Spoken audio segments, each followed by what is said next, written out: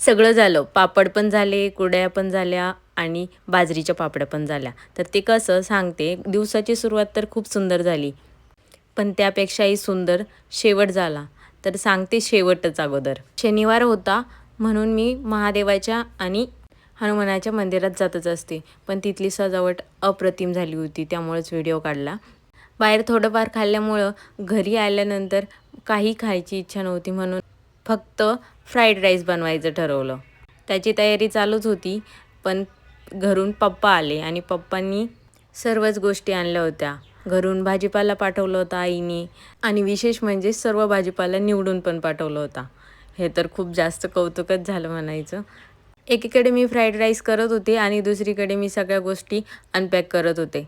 ज्या ज्या भाज्या मला आवडतात त्या सर्व तर पाठवल्याच होत्या, पण त्याचबरोबर जावायला जे आवडतं ते पण पाठवलं होतं. आणि सर्वात छान गोष्ट म्हणजे असा हिरवागार कढीपत्ता.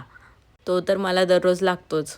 आणि त्याचबरोबर लाल तिखट. आपले आईवडील आपल्यासाठी खूप काही करतात. आपण कितीही मोठे झालो तरी त्यांच्यासाठी आपण छोटेच असतो, हो ना? नंतर लगेच फ्राईड राईस पण परतून घेतला. त्याचबरोबर पप्पाजवळ तिने पाठवलं होतं दारासमोरची जांभळं आणि ते पाहून तर मन खूपच भरून गेलं. आणि दरवर्षीप्रमाणे माझं वाळवण तर लगेच रेडी झालं. कारण आई घरून पाठवून देत असती दरवर्षीच, तर त्याचप्रमाणे माझं वाळवण पण रेडी झालं. तिला मी सांगितलं होतं की मी तिकडे आल्यानंतर आपण दोघी मिळून करूया.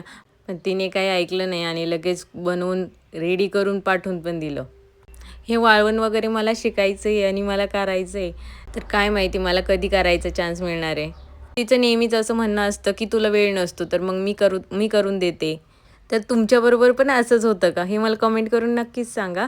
तर त्याचबरोबर मी माझे सर्व भाजीपाला माझ्या फ्रीजमध्ये ठेवत होते. त्याचबरोबर मी माझा व्हिडिओ इथेच संपवते.